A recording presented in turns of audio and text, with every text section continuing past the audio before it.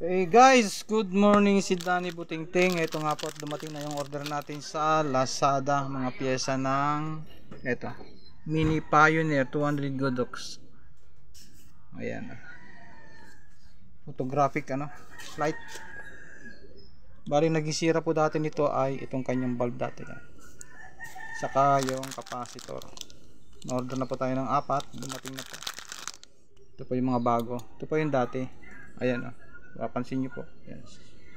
Sira na. Matagal po na dumating. So ito muna ang ikakabit natin pansamantala at titignan pa natin yung iba importante halaga. Ito yung mga papalitan guys. Ito. Ayan po. Dati po kasi yung capacitor na yan ang pumutok na lobo. Ayan. Kung napapansin nyo po yan, lobo na. Ayun ko lang, ang totoo yung nakikita ko sa video na sa YouTube, may nakita ko, dinidin lang nila ito. Pero guys, hindi ko yun kasi umusok na ito eh.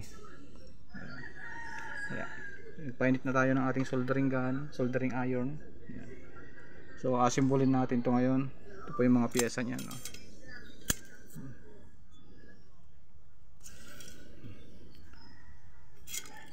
Ganito, kakagilapin natin ngayon kung saan banda itong mga ito. Sa tagal po kasi.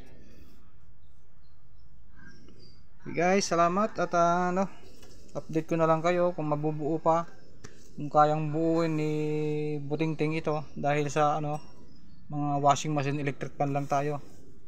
Talagang eksperto, pero pagdating sa mga ganitong may mga capacitor na ganito na transistor, resistor, mga yeah.